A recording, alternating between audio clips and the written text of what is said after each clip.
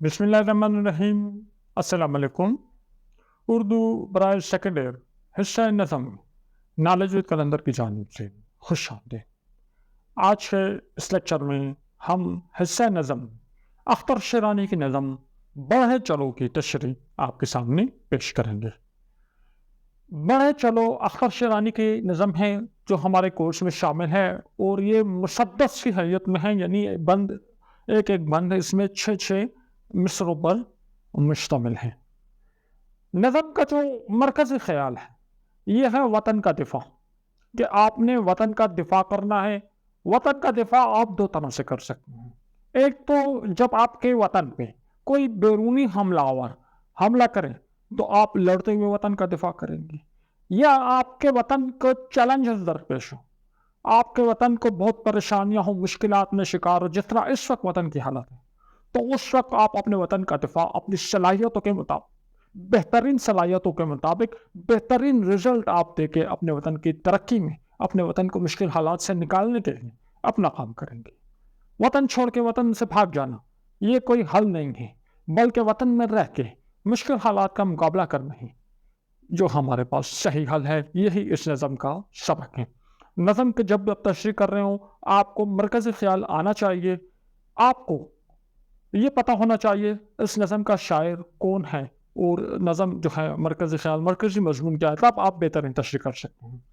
یہ جو نظم ہے آپ کو صرف مشکل الفاظ کے معنی اگر آپ کو آ جائیں تو آپ تشریح بنا سکتے ہیں، بہت آسان ہے، کوئی مشکل نہیں دوسری نظموں کے مقابلے میں۔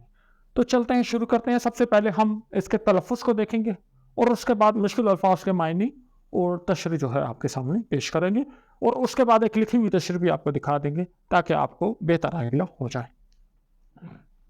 رکو نہیں جو دشت و ریگزار آئیں سامنے، بچو نہیں جو سیل و جوئے بار آئیں سامنے، ہٹو نہیں جو بحر و کوہسار آئیں سامنے، ہو راہ کتنی ہی گھٹن بڑھے چلو بڑھے چلو، دلاوران تیغ زن بڑھے چلو بڑھے چلو، بہادران صف شکن بڑھے چلو بڑھے چلو۔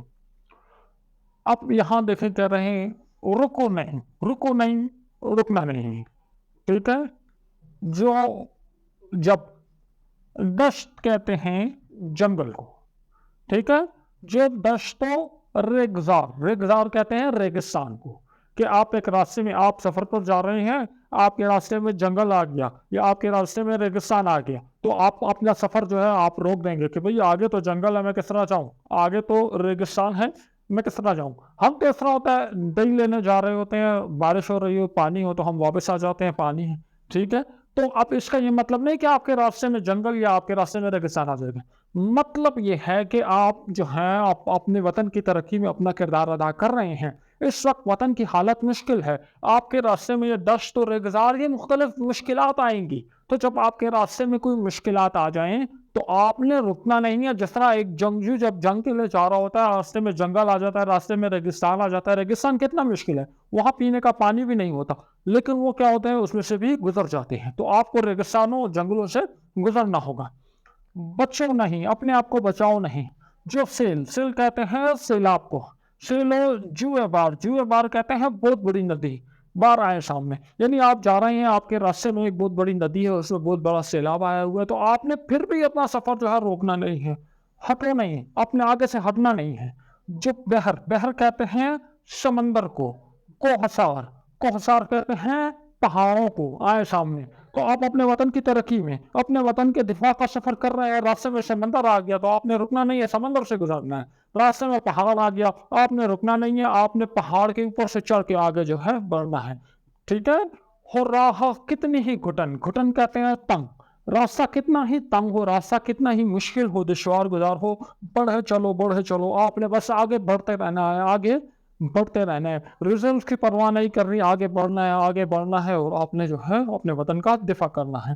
دلاوران کہتے ہیں دلیروں کو، تیغ زن کہتے ہیں تیغ چلانے والے، ایک تیغ زن ہوتا ہے ایک شمشیر زن ہوتا ہے، دونوں کو ہم تلوار چلانے والے کہتے ہیں۔ تو پرانے زمانے میں جو جنگیں ہوتی تھی تو اس میں تلواروں اور تیغوں کے ذریعے جو ہیں لڑائی ہوتی تھی، جو تلوار اور تیغ چلاتے تھے ان کو تیغ زن شمشیر زن کہتے تھے۔ تو کہتا ہے میرے بہادر تلوار چلانے والوں، میرے بہادر سپاہیوں، بڑھے چلو آگے بڑھتے رہو، بہادران صف شکن، صف لائن کو کہتے ہیں، وہ شکن کہتے ہیں توڑنے کو، ٹھیک ہے؟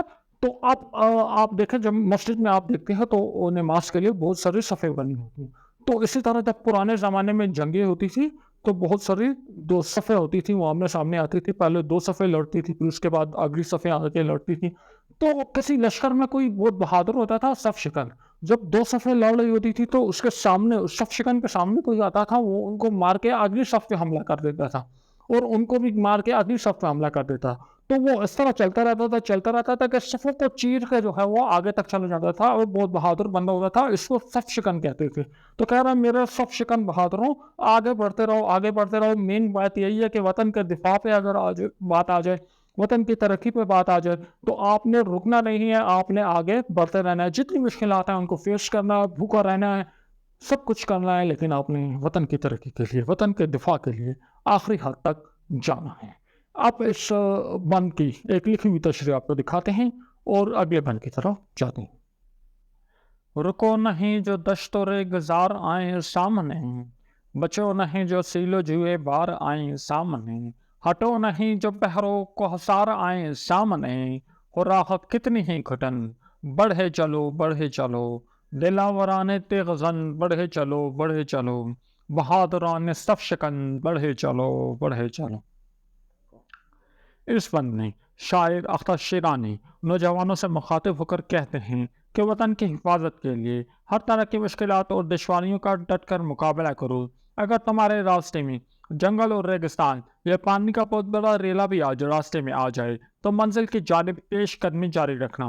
شاعر کہتے ہیں کہ اگر وطن کی حفاظت کی راہ میں سمندر جتنی گہری یا پہاڑ سے بھی بلند مشکلات تمہارا راستہ روکنے کی کوشش کریں تو تم ان کی بھی پرواہ مت کرو. راستہ جتنا ہی دشوار اور مشکل ہو، تم نے ہمت نہیں ہارنی، کیونکہ منزل کے حاصل کے لیے مشکلات کو خاطر میں نہیں لانا چاہیے. شاعر نے بڑھے چلو کے تکرار سے اپنی بات میں شدت اور زور پیدا کیا کہ آگے ہی آگے بڑھتے جاؤ. جو لوگ آگے بڑھ جاتے ہیں وہ کامیاب ہو کر اپنی منزل ضرور پا لیتے ہیں. آخر میں شاعر دلاوران تیغ زن اور بہادران صف شکن کے الفاظ استعمال کر کے کہتے ہیں کہ منزل کے حصول کے راستے میں جو رکاوٹیں صف باندھے کھڑی ہیں، بہادر لوگ ان رکاوٹوں کی صفوں کو چیر کر آگے بڑھتے جاتے ہیں اور ہر قسم کی مشکلات پر اپنی بہادری اور دلیری سے قابو پا لیتے ہیں. تمہاری تیغ تیز پر وطن کو افتخار ہے، وطن کی مرگ و زیست کا تم ہی پہ انحصار ہے. تم ہی ہو جن کے دل میں عشق کا عشق بے قرار ہے، لگائے دل میں ایک لگن بڑھے چلو بڑھے چلو، دلاوران تیغ زن بڑھے چلو بڑھے چلو، بہادران صف شکن بڑھے چلو بڑھے چلو.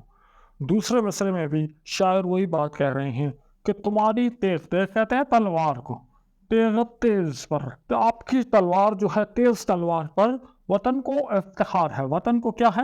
فخر ہے. آپ کی اس تلوار پر آپ جب میدان میں لڑنے جاتے ہو، آپ وطن کی دیکھیں قومیں کس طرح بنتی ہیں، قومیں جو ہیں شہداء سے بنتی ہیں. بہت سے لوگ وطن کے اوپر اپنی جانیں قربان کر دیتے ہیں، تو ان وطن کے اوپر اپنی جانیں قربان کرنے والوں پر وطن کو فخر ہوتا ہے، قوم کو اس پر فخر ہوتا ہے. تو آپ اگر وطن کا دفاع کر رہے ہیں، وطن کا بیرونی اندرونی حملہ آوروں سے دفاع کر رہے ہیں، اور اس میں آپ کی جان چلی جاتی ہے، تو وطن کو اس پہ افتخار ہے. آپ کی تیغ تیز پر، آپ کی بہادری پر، تیغ تیز کا مطلب یہاں پہ بہادری ہوگا، تو آپ کی بہادری پہ، بہادری سے جان قربان کرنے پہ وطن کو فخر ہے. وطن کی مرگ، مرگ کہتے ہیں موت کو، اور زیست، زیست کہتے ہیں زندگی کو، کا تم ہی پہ انحصار، انحصار ڈپینڈ، یعنی وہ ایک وطن کا مرگ کا مطلب، اسی وطن کا مرگ کا مطلب وطن کا بالکل تباہ ہو جانا، وطن کی معیشت کا، وطن کے تعمیر و ترقی کا تباہ ہو جانا، یا وطن پہ بیرونی حملہ آوروں کا قابض ہو جانا، ٹھیک ہے، اس کو وطن کی مرگ کہیں گے. اور جس کا مطلب وطن کی ترقی کرنا، ٹھیک ہے. تو آپ کا وطن اگر تباہ ہو رہا ہے یا آپ کا وطن ترقی کر رہا ہے تو یہ ڈپینڈ کرتا ہے انہی بہادران اور دلاوران صف شکن پر، جو ہے یہ ڈپینڈ کرتا ہے. تم ہی ہو، تم ہی ہو، آپ ہی ہو جن کے دل میں اس کا عشق بے قرار ہے. تو آپ ہی وہ لوگ ہو جن کے دل میں وطن کا عشق ہے. اے میرے نوجوانوں، آپ کے دل میں وطن کی تڑپ ہے، وطن کی محبت کی تڑپ ہے، وطن کی عشق ہے، یہ آپ لوگ ہو. لگائے دل میں ایک لگن، لگن مطلب تڑپ، کہ دل میں بس ایک تڑپ ہوتی ہے، ایک لگن ہوتی ہے، میں نے اپنے وطن کو بچانا ہے، میں نے اپنے وطن کو ترقی دینی ہے، بڑھے چلو بڑھے چلو. اور پھر اس کے بعد اگلے 2 مصروں میں وہی بات پہلے مسدس ولی دوبارہ پہلے بن ولی دوبارہ کہہ رہے ہیں کہ دلاوران تیغزن بہادران صف شکن بڑھے چلو بڑھے چلو. تو وہی تشریح آپ یہاں پہ بھی دوبارہ لکھیں گے. تو اس کی ایک لکھی ہوئی تشریح آپ کو دکھاتے ہیں اور اگلے بن کی طرف جاتے ہیں. تمہاری تیغ تیز پہ وطن کو افتخار ہے، وطن کی مرگ و زیست کا تم پہ انحصار ہیں، تم ہی ہو جس کے دل میں اس کا عشق بے قرار ہے، لگائے دل نے ایک لگن بڑھے چلو بڑھے چلو، دلاوران تیغزن بڑھے چلو، مسافران صف شکن بڑھے چلو. اس بند میں شاعر وطن کے جوانوں سے مخاطب ہو کر کہتے ہیں کہ تمہاری بہادری اور شجاعت پر وطن کو بڑا فخر ہے. وطن عزیز کا عروج و زوال آپ کے ہاتھوں میں ہے. وطن کی آزادی و غلامی کا دار و مدار تم پر ہے. اگر تم بہادری کا مظاہرہ کرو گے اور وطن کی خاطر قربانیاں دو گے تو وطن کا نام روشن رہے گا. شاعر کہتے ہیں کہ تم ہی ہو جس کے دل وطن کی محبت سے بے قرار ہیں، لہٰذا تم وطن سے محبت کی آگ کو دل میں بھڑکا کر دشمن کا مقابلہ کرنے کے لیے ہمت اور حوصلے کے ساتھ میدان کی طرف بڑھتے جاؤ. کامیابی ضرور تمہارے قدم چومے گی. آخر میں شاعر وطن کے بہادر جوانوں کے لیے دوبارہ دلاوران تیغزن اور بہادران صف شکن کے الفاظ استعمال کر کے کہتے ہیں کہ منزل کے حصول کے راستے میں جو رکاوٹیں صف باندھے کھڑی ہیں، بہادر لوگ ان رکاوٹوں کے صفوں کو چیر کر آگے بڑھتے جاتے ہیں اور ہر قسم کی مشکلات پر اپنی بہادری اور دلیری سے قابو پا لیتے ہیں. اٹھاؤ تیغ بے اما وطن کے پاک نام پر، لٹا دو عمر نوجواں وطن کے پاک نام پر، نثار کر دو اپنی جان وطن کے پاک نام پر، صدائیں دیتا ہے وطن بڑھے چلو. یہ بند بیسیکلی تو ان جوانوں کے لیے ہے، ان فوجی جوانوں کے لیے، ان سپاہیوں کے لیے، ان پولیس کے جوانوں کے لیے جو وطن کے لیے لڑتے ہوئے اپنی جانیں قربان کر دیتے ہیں. لیکن ایک بار میں پھر واضح کر دوں کہ وطن کا دفاع صرف لڑ کر نہیں ہے، وطن کا دفاع وطن کو معاشی اقتصادی حالت میں ترقی دینے میں بھی ہے. تو اس بات کو ہم اس نظر سے بھی دیکھ سکتے ہیں. لیکن بیسیکلی یہاں پہ لڑنے والوں کی بات ہو رہی ہے تو ظاہر میں ذہن میں پہلا امیج یہی آتا ہے کہ یہ فوجی جوانوں یا پولیس کے سپاہیوں، وہ ان کے اوپر یہ بند جو ہے زیادہ فٹ ہوتا ہے. تو آپ جب تشریح لکھتے ہوئے آپ نے ایک لائن پکڑنی ہے، یا تو آپ فورسز کے جوانوں کے لیے لکھیں گے یا پھر آپ اپنے جو قوم کے جوان ہیں ان کو سامنے رکھ کے تشریح لکھیں گے. دونوں تشریحیں اسٹیبل ہوں گی. آگے دیکھیں، کہہ رہا ہے اٹھاؤ تیغ. اٹھاؤ مطلب تیغ کہتے ہیں تلوار کو. تیغ بے اما، بے اما یعنی کسی کو امان نہ دینے والی. اپنی وہ تلوار اٹھاؤ، اپنا وہ ہتھیار اٹھاؤ جس کے سامنے کسی کو امان نہیں ملتی، کسی کو پناہ نہیں ملتی. وہ ہتھیار استعمال کرو جو دشمن میں کسی کو چھوڑتا ہی نہیں ہے. وطن کے پاک نام پر اٹھاؤ تیغ بے اما، اپنی وہ تلوار اٹھاؤ جو آپ جس میں امان نہیں ہے، جس میں امن نہیں ہے، جس میں رحم نہیں ہے. وطن کے پاک نام پر لٹا دو عمر نوجوان، یعنی نوجوانوں آپ کی نوجوانی جو ہے، آپ کی جوانی جو ہے، آپ اپنی عمر، اپنی نوجوانی کو خرچ کر دو، لٹا دو اپنے وطن کے نام پر، اپنے وطن کے نام پر اپنی نوجوانی لٹا دو. یہاں پہ ایک مطلب یہ ہو گیا لٹا دو مطلب اپنے آپ کو شہادت کا رتبہ حاصل کر لیں، وطن کے اوپر اپنی جان کو قربان کر کے شہادت کا رتبہ حاصل کر لیں، اپنی نوجوانی وطن پہ قربان کر دیں. ایک مطلب یہ بھی ہو سکتا ہے کہ آپ اپنی نوجوانی کو، پوری نوجوانی جو ہے آپ وطن کی ترقی کے لیے وقف کر دیں. نوجوانوں کی مختلف مشغلے ہوتے ہیں، تو آپ کا یہی مشغلہ ہو کہ کسی طرح میرے وطن جو ہے ترقی کر لیں. وطن کے پاک نام پر نثار کر دو، قربان کر دو اپنی جان. وہی بات کہہ رہا ہے کہ اپنی جان قربان کر دو وطن کے پاک نام پر. اور جان کو پار کرنے کا دو مطلب ہے، ایک تو وطن کے لیے لڑتے ہوئے شہید ہو جانا، اس طرح آپ اپنی جان قربان کر سکتے ہیں. اور ایک یہ ہے کہ اپنی ساری خواہشات کو ترک کر دینا، صرف وطن کی ترقی کے لیے سوچنا. اس طرح بھی آپ اپنے جان مال وطن پہ قربان کر سکتے ہیں. ستائیں دیتا، آوازیں دینا، پکارنا،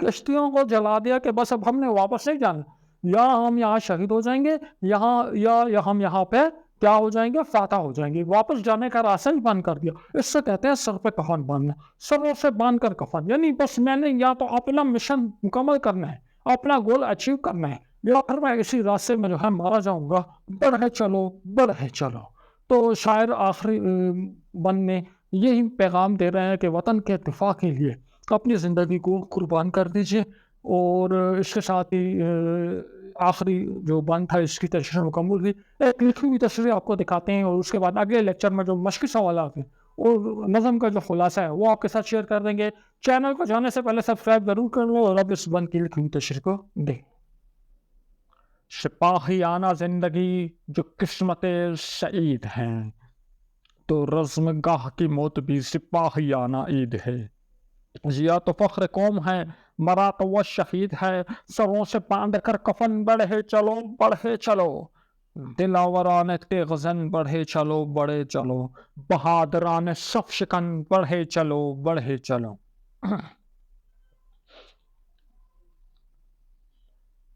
اس نظم کے آخری بند میں شاعر نوجوانوں کا حوصلہ بڑھاتے ہوئے کہتے ہیں کہ بہترین زندگی اس نوجوان کی ہے جو وطن کے دفاع کی خاطر ملک کے تحفظ کا پیشہ اختیار کرے. یہ نوجوان یقیناً خوش قسمت ہے اور مبارکباد کا مستحق ہے کہ اس نے بڑا مقدس پیشہ چنا ہے. ایک سپاہی جب وطن کی حفاظت کی خاطر میدان جنگ میں اترتا ہے تو یہ وقت اس کے لیے کسی عید سے کم نہیں ہوتا. نے بہادر سپاہی میدان جنگ میں اگر بہادری کے کارنامے سر انجام دے کر زندہ لوٹ آئے تو غازی کہلاتا ہے, فتح کا جشن مناتا ہے. اور اگر یہ میدان جنگ میں زندگی کی بازی ہار کر شہید ہو جائے تو اس کا مرتبہ آخرت میں بلند ہو جاتا ہے اور یہ جنت کا حقدار بن جاتا ہے. شاعر کہتے ہیں کہ اے سپاہیوں, اپنے سروں پر کفن باندھ کر آگے بڑھو, جان ہتھیلی پر رکھ کر ہر قسم کے خطروں کا مقابلہ جوان مردی سے کرو. آگے بڑھو اور دشمن پر اپنی دھاک بٹھا دو اور شجاعت و دلیری کا مظاہرہ کرتے ہوئے دشمن کی صفیں الٹ دو. تو اس کے ساتھ ہی ہمارا آج کا لیکچر اپنے ختم پہ پہنچا. ریکارڈنگ کے دوران ہی لائٹ چلی گئی تھی, لیکن میں بڑھے چلو ایک ایمرجنسی لائٹ جلا لی اور بڑھے چلو آگے بڑھ کے آپ کے لیے ریکارڈنگ مکمل کر دی. تو چینل کو سبسکرائب کر لیں. نیکسٹ ویڈیو میں انشاءاللہ اگلی نظر کی تشریح کے ساتھ دوبارہ آپ کی خدمت میں حاضر ہوں. تب تک کے لیے اجازت دیجیے. اللہ